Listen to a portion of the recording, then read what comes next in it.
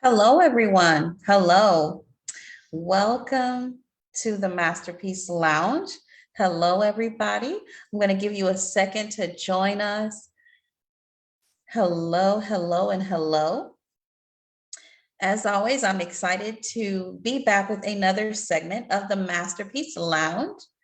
I am your hostess, Chrisnatha Derosier. I am a certified life coach, author, and speaker. This is the Masterpiece Lounge, where we have conversation about different topics that's going to really challenge us, right? To grow personally, grow professionally. It's going to make us think differently. It's going to offer many different perspectives. And so that's what we do here in the Masterpiece Lounge. Today is no different. So if you are joining us, say hello down in the chat. Don't be shy. Hello, everyone. Hello. Welcome, welcome, and welcome. Let me know where you're tuning in from. I always love to know where you're tuning in from. I know that you guys tune in from all over the world. And so good morning, good afternoon, and good evening to some. Welcome, everybody. Today's topic is the need to control. Today's topic is the need to control. And I wanted to talk about this because I know that, like many of us, right? I always struggled with wanting to make sure I had complete control over my life, right? And what does that mean? That means that whatever decisions I was making, whatever was happening around me, I wanted to have a sense of control. I wanted to have my hand on it, so to speak, because it made me feel more empowered, right? So everyone needs to have some sense of control over their lives.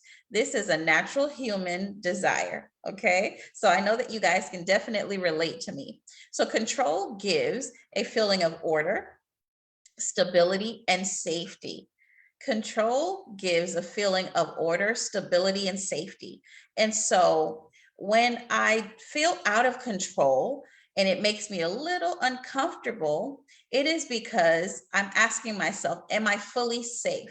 And what I'm really saying is, I think I'm the only one that can keep me completely safe, right? Safe physically, emotionally, mentally, the whole nine, all of the things, right? And so I just wanted to talk about that a little bit because I know I'm not the only person that wants a sense of control. And I don't mean control over other people. That is a whole different type of control. And that's not what we're talking about today. But just talking about the need to want things to kind of go your way. You kind of have a say in everything concerning you. That's not a bad thing. But there are times, if we're honest, that we are not in control, right? There are some things that just happen. We're not in control of everything that happens in the workplace. We're not in control of everything that happens in our families. We're not in control of everything that happens in certain relationships that we have. We may want to be, but we're not. And we have to allow room for that as well. But when you feel like I need to make sure that, I'm securing my space, once again, I get it. But it can also be considered a trauma response. So you always want to dig a little deeper and ask yourself, where is this coming from? Why do I feel like this? One of the activities and exercises, should I say, that I do when I start to feel a little uncomfortable, a little anxious, is I ask myself, why do I feel the way that I feel? What's the feeling beneath the feeling, right? What is the emotion? What is the real feeling under the emotion? The emotion may be frustration or anger. That may be what comes out on the surface, but there's something under that layer. And so I start to ask myself, what is this really about? 9 times out of 10, I'm not really upset. I'm afraid, right? And so what is the feeling beneath the feeling? Another thing is, there are going to be times in life where just things are out of control, right? You want it to go one way and it goes a whole nother. All we can do is focus on the things that we can maneuver, that we can adjust, right? But the things that are out of our control, I don't want us to live in a sense of stress and anxiety about it, because there's nothing more we can do. There's some things that are just out of our scope. So there's 7 tips that I want to share with you on how to cope when things feel out of control for you. 7 tips for how to cope when things feel out of control for you. So number 1 is to be aware of your feelings. Like we just stated, how are you feeling? What's happening on the inside? What is the feeling beneath the feeling, right? Number 2 is notice your mindset. What are you thinking? Have you created a narrative that's not necessarily factual? Have you created a story? So you want to ask yourself that, oh, this is only happening because of this. Do you know that to be true? Or is that something that you may have thought about, right? So now it's real to you because you've thought about it and you've really stayed in that state of mind. Number 3 is focus on what you can control. This really does help eliminate some anxiety. So I want you to also focus on the things you can control.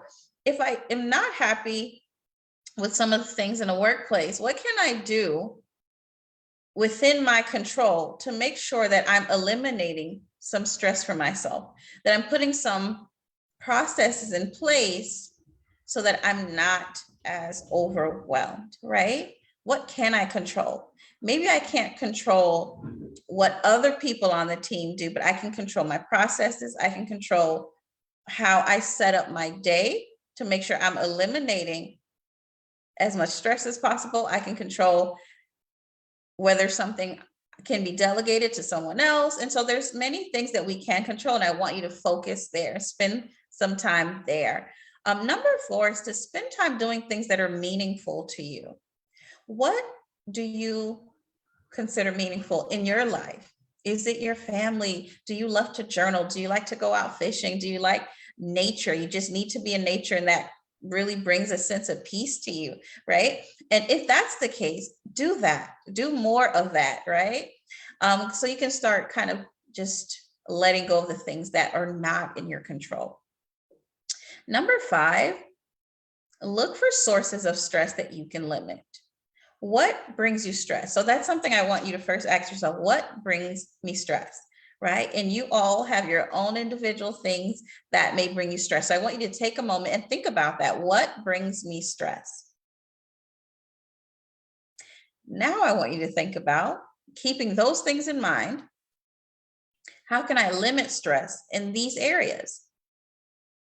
I may have to delegate. I may have to ask for help. I may have to just say, I'm going to stop doing this particular thing. It just doesn't work for me anymore. And that's okay too. You have to do what makes sense and what works. And if you can't do something and it still needs to get done, maybe it's time to delegate. It's time to say, okay, so someone else is going to handle this part of it, right? Number 6 is to take more breaks. I want you to take more breaks. I am giving you freedom and permission to take more breaks, whether that's breaks throughout the day, whether that is going on a trip, whether that is using this unused PTO that you have accruing. If it is not rolling over, I want you to use it in the next 30 days, okay? So take more breaks. Turn things off and take a break. Take a break. Okay, you deserve it. You deserve it.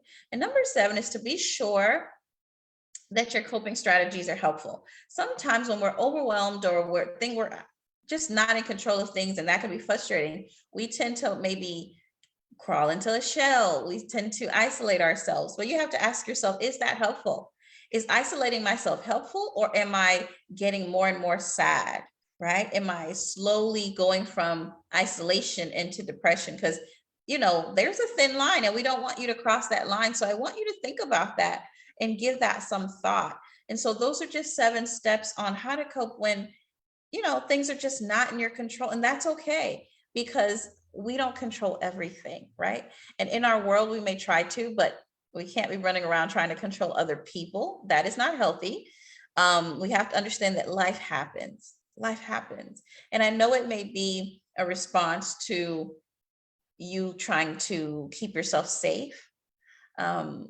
But I want to encourage you to also put your trust not only in yourself and in some of the things, but in someone higher, a higher being. For me, I put my trust in the Lord. And that helps me not be so anxious for some of the things that I have, all of the what ifs and the questions and all of the things that take place that I'm thinking, well, what about this? What about this? I now just put my confidence, my trust, my focus, and knowing that I'm safe if I can give all of the things that I can't control to him. So I'm inviting you to do that too, because you'll have a peace that surpasses anything that you've ever experienced. So I hope that you guys enjoyed today's segment of the Masterpiece Lounge, the need to control. So delve into that a little bit more. You know, we all have unique individual stories. And so if you need to delve into that a little bit more, talk to someone, right? Why am I the way I am, right? And does that need to be adjusted? Do I need to grow and change some things?